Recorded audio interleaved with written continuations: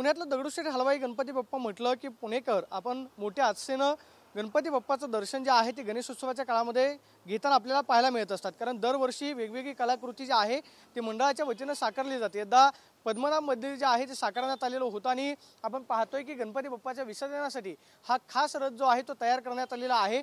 आकर्षक अशा दिव्यांनी हा रथ जो आहे तो सजवण्यात आलेला आहे आणि उद्याच्या विसर्जन मिरवणुकीमध्ये गणपती बाप्पा जे आहे ते आपल्याला याच रथामध्ये विसर्जन मिरवणुकीमध्ये सहभागी होताना पाहायला मिळतील। गणनायक रथ अशा पद्धतीचं नाव जे आहे त्या रथाला देण्यात आलेलं आहे। आपण पाहतोय की पद्मनाभ मंदिर जे साकारलेलं होतं अगदी त्याच कलाकृतीचा आपण पाहतोय की हा रथ जो आहे तो बनवण्यात आलेला आहे। काही हजार दिवे जे आहेत त्या रथामध्ये लावण्यात आलेले आहेत।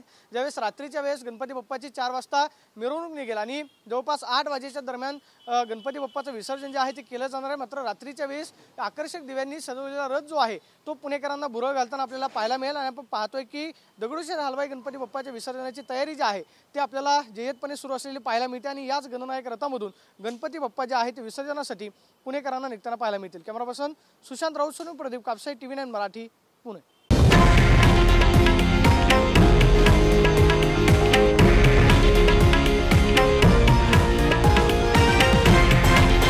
हे आहे देशातील नंबर 1 न्यूज नेटवर्क आणि आपण पाहत आहात TV9 मराठी, एकमेव।